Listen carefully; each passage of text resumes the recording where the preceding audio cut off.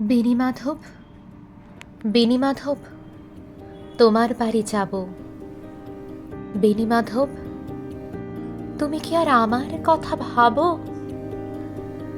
বেণীমাধব, মোহনবাসী তমাল তরুমূলে বাজিয়েছিলে।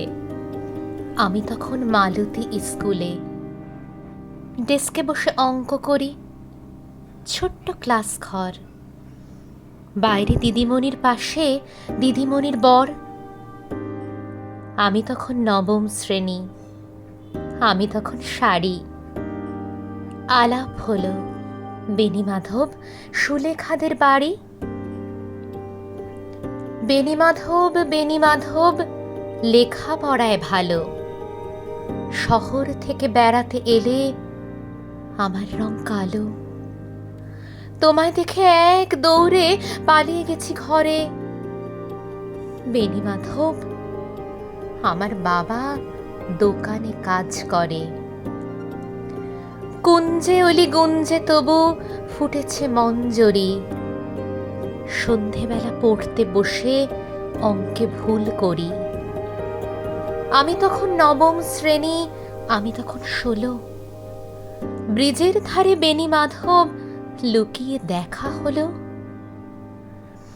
বেণীমাধব, বেণীমাধব, এতদিনের পরে সত্যি বলো, সেসব কথা এখনো মনে পড়ে? সেসব কথা বলেছ তুমি তোমার প্রেমিকাকে? আমি কেবল একটি দিন তোমার পাশে তাকে দেখেছিলাম, আলোর নিচে অপূর্ব সে আলো। স্বীকার করি, দুজনকেই মানিয়েছিল ভালো। জুড়িয়ে দিল চোখ আমার, পুড়িয়ে দিল চোখ। বাড়িতে এসে বলেছিলাম, ওদের ভালো হোক। রাতে এখন ঘুমোতে যাই একতলার ঘরে। মেঝের ওপর বিছানা পাতা, জ্যোৎস্না এসে পড়ে। আমার পরে যে বোন ছিল চোরা পথের বাঁকে, মিলিয়ে গেছে। জানি না আজ কার সঙ্গে থাকে। আজ জুটেছে, কাল কি হবে? কালের ঘরে শনি।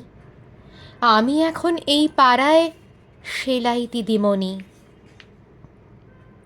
তবু আগুন বেণীমাধব, আগুন জ্বলে কই?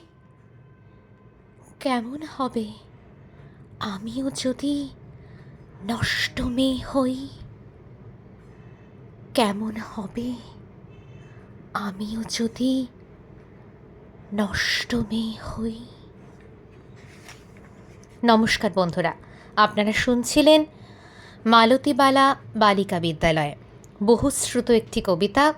কবিতাটি লিখেছেন, সকলে নিশ্চয়ই জানেন, জয় গোস্বামীর অত্যন্ত পরিচিত এবং বহুশ্রুত একটি কবিতা। কণ্ঠে ছিলাম আমি, আপনাদের বন্ধু দেবারতী।